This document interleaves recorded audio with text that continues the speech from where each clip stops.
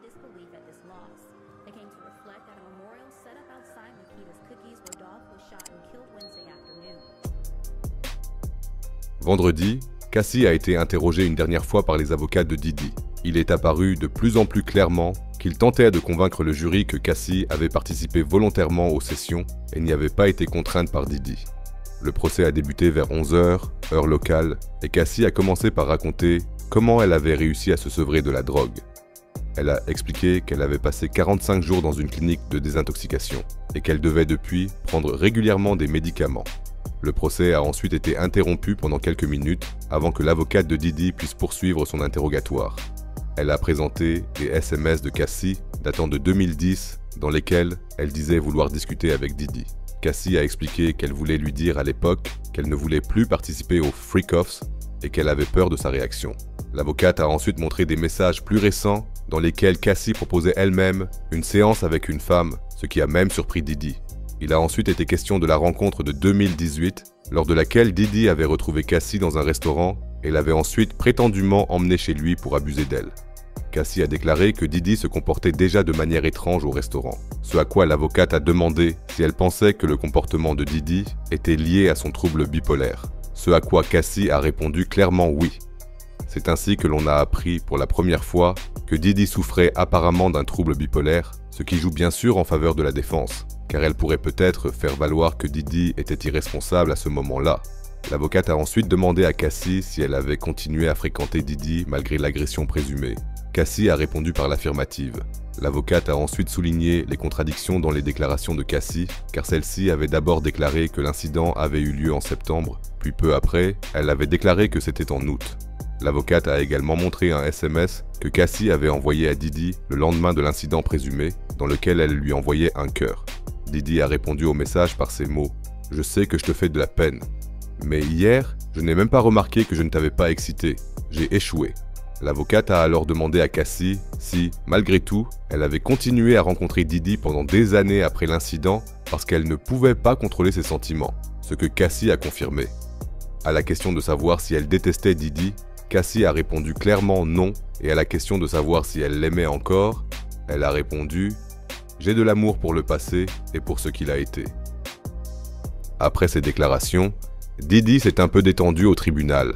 Il a même chuchoté de temps en temps avec ses avocats, qui ont ensuite évoqué la date du 27 septembre 2018, soit environ un mois après que Diddy aurait agressé Cassie. Cassie a confirmé qu'elle avait eu des relations sexuelles consenties avec Diddy ce jour-là. À ce moment-là, elle était déjà avec son mari actuel, qui avait même essayé de la joindre par FaceTime, alors que Cassie était, disons, en pleine action avec Diddy. Cassie a également confirmé qu'après la rencontre, elle avait dit avoir passé une excellente soirée avec Diddy. À 12h40, une pause déjeuner a été observée avant que le contre-interrogatoire ne reprenne. L'avocate de Diddy a alors déclaré à Cassie qu'elle avait passé le plus dur et a ensuite présenté une série de messages échangés entre Diddy et elle en 2019. Le 22 mars de cette année-là, Diddy avait en effet félicité Cassie pour sa grossesse avec son mari actuel. Il a écrit « Félicitations, vous allez être une mère merveilleuse. Que Dieu vous bénisse. Je vous envoie toute ma lumière et mon amour. Quelle différence en un an. Je suis très heureux pour vous. Passez une journée bénie. » Il a ajouté « J'espère que vous pourrez me pardonner un jour. Nous avons dépassé les bornes. Nous avons vraiment de la chance d'être encore en vie. Vous méritez le monde entier. Je suis heureuse que vous ayez trouvé quelqu'un qui vous aime et vous respecte. » À la question de l'avocate qui lui demandait ce que Diddy entendait par « Nous avons dépassé les bornes », Cassie a répondu « Nous avons beaucoup fait la fête. » L'avocate de Diddy a ensuite sorti un dernier message datant de 2012 dans lequel Diddy écrivait à Cassie en mars « On fait notre dernière soirée de folie ce soir ?» Cassie a ensuite été invitée à lire sa réponse à ce message à haute voix et elle a lu ce qu'elle avait écrit. « Je ne veux pas que ce soit notre dernière soirée, mais la première fois pour le reste de notre vie. » L'avocate de Diddy a alors mis fin au contre-interrogatoire. Mais avant que Cassie ne puisse quitter la barre des témoins, elle a dû répondre à quelques questions supplémentaires de la part de la procureure, avant que la défense de Diddy ne puisse intervenir une dernière fois. La procureure a d'abord posé les mêmes questions que précédemment, auxquelles Cassie a répondu presque de la même manière. Elle est ensuite revenue sur l'incident au cours duquel Diddy aurait agressé Cassie et a demandé à Cassie si elle n'avait toujours aucun doute aujourd'hui sur le fait que Didi avait commis cet acte, ce à quoi Cassie a répondu par un non clair. Elle a ensuite voulu savoir si Cassie avait vraiment eu des relations sexuelles consenties avec Didi quelques semaines seulement après les faits, ce que Cassie a de nouveau confirmé. À la question de savoir si elle avait été frappée par Didi pendant les séances, Cassie a fondu en larmes et a répondu « oui ».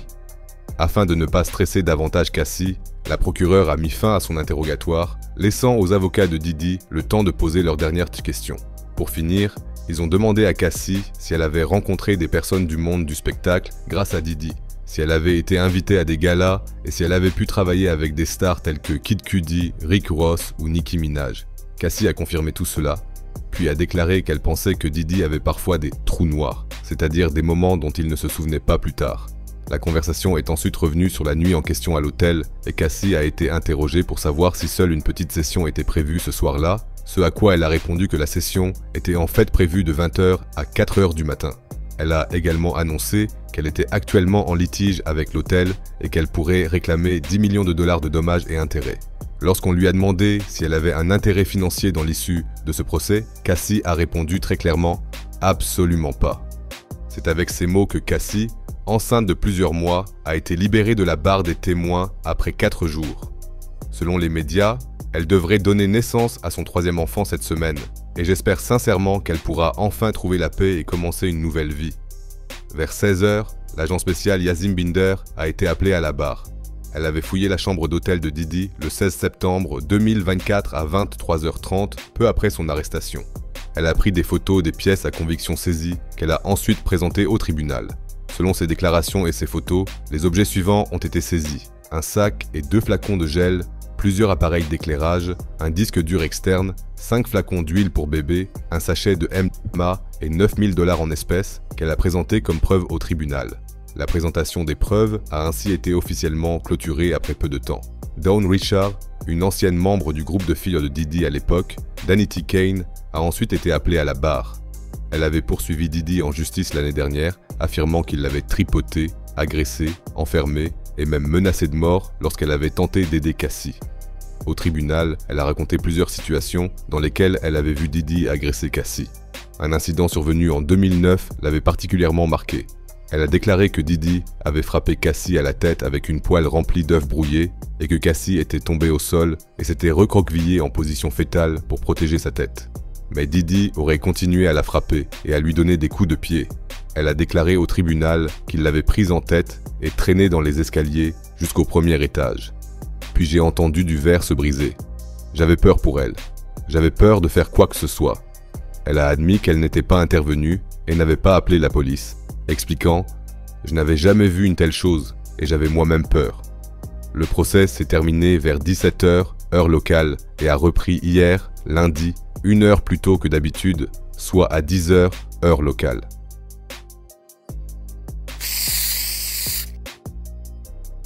Je vous tiendrai bien sûr informé des développements à venir. N'oubliez donc pas de vous abonner. Prenez soin de vous et à bientôt pour la prochaine vidéo.